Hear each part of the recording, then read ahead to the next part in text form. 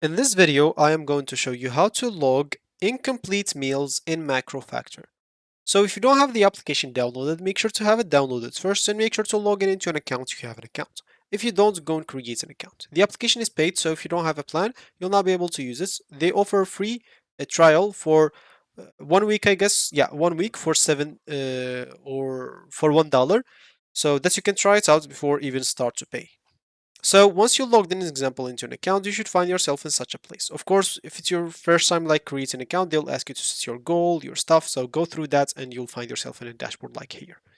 So now we want to log an incomplete meal. If we go here to food log, we'll be able to add a specific meal. So if I go, let's say an example in 7 o'clock, I'll just go and add a meal. So I had a meal, but it's incomplete. So let's say here I can go to quick add and I'll be able to add how much calories I ate in that incomplete meal. So let's say an example, the full meal is 2000 calories. Let's just assume it's 2000 calories. I just ate the half of it, so I'm just going to add 1000. I'll have to add also half of the protein, half of fat, half of carbs, and that's it.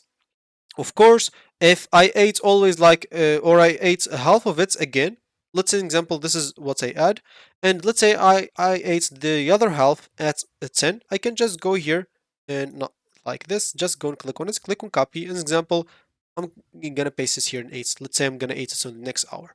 And that's how you basically log incomplete meals in MacroFactor. You'll just have to add it manually. So click on log food, go to the hour that you ate as an example, and simply click on quick add and you'll be able to add it. So that should be it for me in this video. Thank you for watching and goodbye.